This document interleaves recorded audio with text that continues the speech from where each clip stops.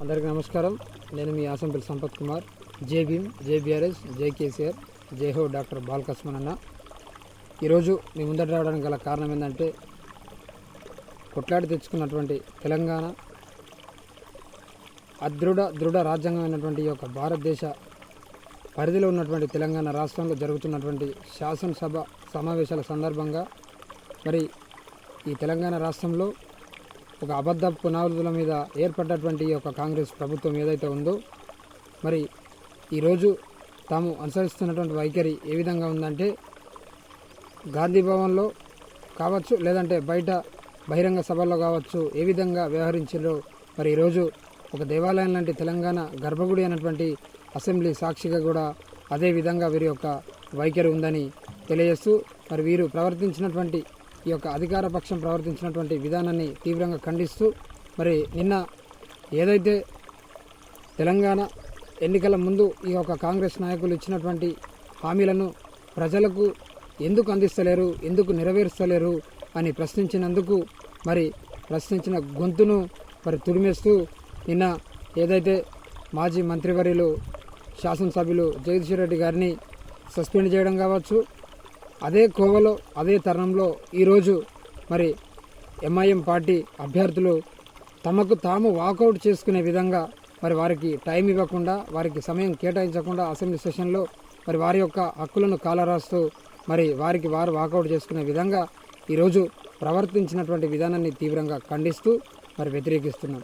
అయ్యా ముఖ్యమంత్రి గారు, ఈ తెలంగాణ సమాజం భారతదేశంలో భాగమే, మీరు అది గమనిస్తలేరు.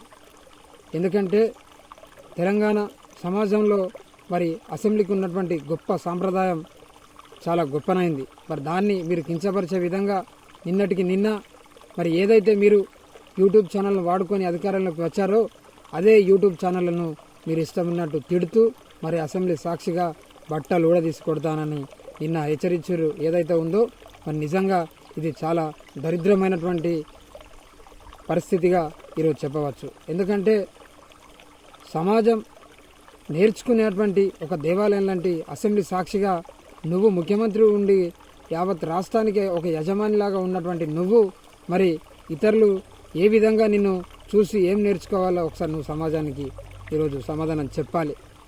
నువ్వు ప్రశ్నించిన వారిపైన ఉక్కుపాదం మోపుతావు, ప్రశ్నించిన జర్నలిస్టులపైన అక్రమ కేసులు పెడతావు, వాళ్ళు మహిళలను చూడకుండా వారిని ఇష్టం ఉన్నట్టు మరి పోలీస్ స్టేషన్లో తింపుతూ మరి ఇక్కడ ప్రశ్నించినటువంటి కార్యకర్తలపైన కావచ్చు, మరి ప్రజలపైన కావచ్చు, రైతులపైన కావచ్చు బేడీలను వేస్తూ మరి ఇష్టం ఉన్న రీతిగా మరి నీ యొక్క అధికార యంత్రాంగాన్ని వాడుకుంటూ మరి నువ్వు ప్రజలను కూని చేస్తూ ప్రజాస్వామ్యాన్ని కూని చేస్తున్నావు. ఈ మాట నేను అనడం లేదు. ఈరోజు యావత్ అసెంబ్లీ సాక్షిగా మరి ఎంఐఎం పార్టీ అభ్యర్థి అయినటువంటి అసదుద్దీన్ ఓవైసీ గారే ఇది ఫెయిల్యూర్, ఇది ఫెయిల్ అయింది, ఈరోజు ప్రజాస్వామ్యాన్ని మీరు కూని చేస్తున్నారు, ప్రజాస్వామ్యాన్ని చంపేస్తున్నారని యావత్ అసెంబ్లీ సాక్షిగా మాట్లాడి ఆయన బయటకు వెళ్ళినటువంటి పరిస్థితి.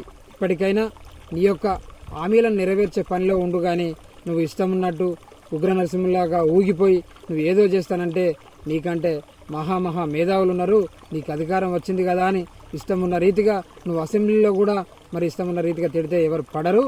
ఇప్పటికైనా సమాజం నిన్ను నీ ప్రభుత్వాన్ని ఏ విధంగా చూస్తుందో ఒకసారి నువ్వు గమనించుకోవాలి. అసెంబ్లీలో మాట్లాడే మాటలు ఇవేనా రేవంత్ రెడ్డి గారు?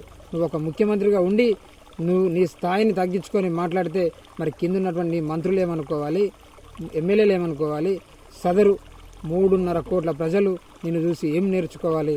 మరి నువ్వు ఒకసారి సమాధానం చెప్పాలి. ఇప్పటికైనా నీ యొక్క మాటల విధానాన్ని, మాటల వైఖరిని, నీ యొక్క భాషను, నీ యొక్క యాసను మార్చుకోకపోతే తప్పకుండా నీపైన తిరుగుబాటు మొదలవుతుంది. ఆల్రెడీ మొదలైంది.